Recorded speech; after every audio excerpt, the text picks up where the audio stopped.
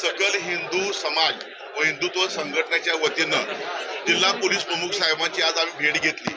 जो प्रकार शिरोलीमध्ये घडला आणि जो लव जिहादचा प्रकार होता, एका मुस्लिम धर्मान मुसलमानांनी साधारण 10 ते मुलींवर अत्याचार केला होता। त्याला सहकार्य करणारा त्याचा कोण सहकारी आहे, आज आम्ही त्याची पण तक्रार केली, परंतु जिल्हा पोलीस प्रमुखांनी त्याच्या सहकार्याने सांगितलं दुसरा सुद्धा आरोपी आज आम्ही कराडमध्ये अटक केलेला आहे, त्याच्यावर सुद्धा कठोर कारवाई आम्ही करणार आहोत। आमच्यावर पोलीस प्रशासनावर विश्वास ठेवा, कोणत्याही परिस्थितीमध्ये अशा पुन्हा घटना घडणार नाही आहेत, परंतु कायदा सुव्यवस्था बिघडणार नाही याची दक्षता आपण सर्वांनी घ्यावी अशी जिल्हा पोलीस प्रमुखांनी आम्हाला सूचना केलेली आहे। आम्ही आज विश्वास ठेवते मान्य आहे, परंतु इरफान अत्तार पासून जर आपण बघितलं, कोल्हापूरचा इतिहास बघितला तर इरफान अत्तार कोल्हापूरचा होता, तो अतिरेकी काश्मीरमध्ये मारला गेला होता, हे आपल्याला विसरून चालणार नाही।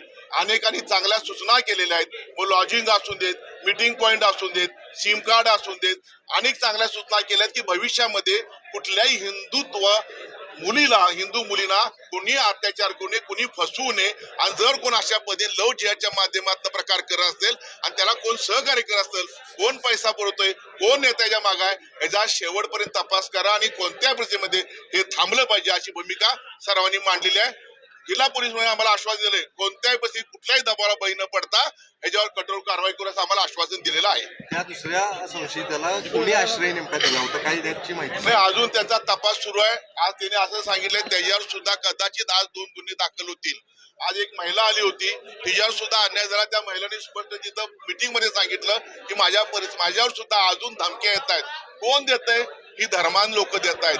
कोण देतंय? लव जिहादवाली देत आहेत। मग कोण याला पाठिंबा देतंय? कुठे याला शिकवण मिळते अशा पद्धतीची? ती शिकवण कुठेपर्यंत जाते ह्याचा तपास करणं अत्यंत गरजेचं आहे आणि तो करणार असं आम्हाला त्यांनी आश्वासन दिले। किती महिलांच्यावर अत्याचार झाले आतापर्यंत आम्ही माहिती मिळाली, आम्हाला 10 ते 12 मुलींवर अत्याचार केलेले आहेत त्या माणसांनी, परंतु अत्याचार करताना त्यांनी सिस्टीम जी राबवलेली आहे त्याला त्या सिस्टीम वेगवेगळ्या पद्धतीच्या मुली, वेगवेगळ्या भागातल्या मुली त्यांनी टार्गेट केलेल्या आहेत आणि सर्व हिंदू आहेत। आणि म्हणून मी आज हिंदू मुलींना, आपल्या हिंदू समाजाच्या मुलींना विनंती करतोय, त्या अशा लव जिहादपासून सावध राहा। तुम्हाला ते बरबाद करतायत, कुटुंबाला बरबाद करतायत आणि ते लाखो रुपये मिळवतायत।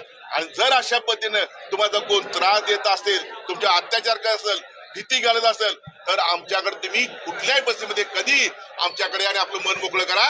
यांचा बंदोबस्त आम्ही आमच्या पद्धतीने करू, पोलीस खातं करेल, त्यांच्याकडे नाही झालं तर आम्ही 100% अशा परिस्थितीमध्ये कुठल्याही परिस्थितीमध्ये देव आणि देश आणि धर्म हे डोळ्यासमोर ठेवून अशांना कठोर शासन आम्ही करण्याची आता मानसिकता झालेली आहे।